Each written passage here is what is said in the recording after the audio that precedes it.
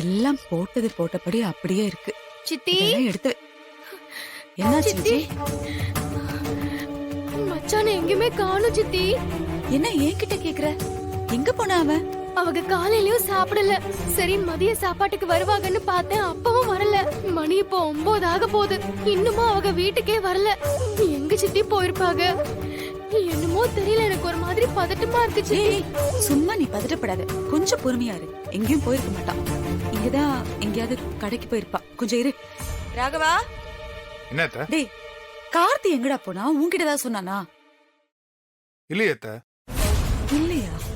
அவனை காணோன்னு இவ பதட்டமா வந்து நிக்கிறா. உன்னை கேட்டா நீயும் தெரியாதுங்கிற.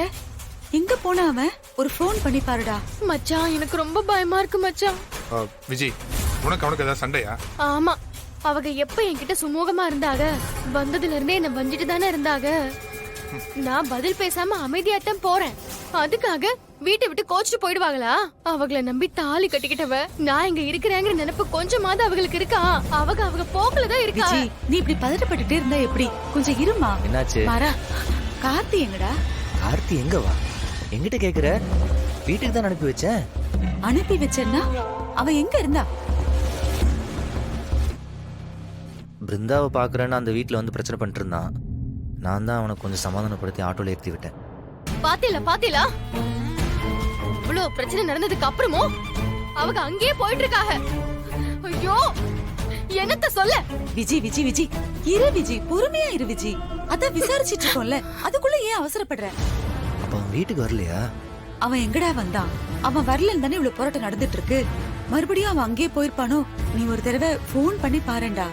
பிருந்தா சூசைட் அட்டன் பண்ணதுல இருந்து அவர் ஆளே சரியில்லை வலிமா. உங்க தங்கச்சியால இப்ப என் புருஷனை ஏதோ பண்ணிக்க போறாங்களா?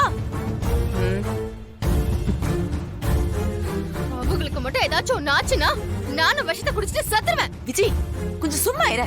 எப்ப பார்த்தாலும் வீட்டுக்குள்ள இந்த பேச்சா? சும்மா இரு. டேய், நீ உடனே போய் அவன் எங்க இருக்கான்னு பாருடா. போ. ஏய் வா. போடா. போயிட்டு வரேன் அத்தை. கண்மணி, போயிட்டு வரேன்.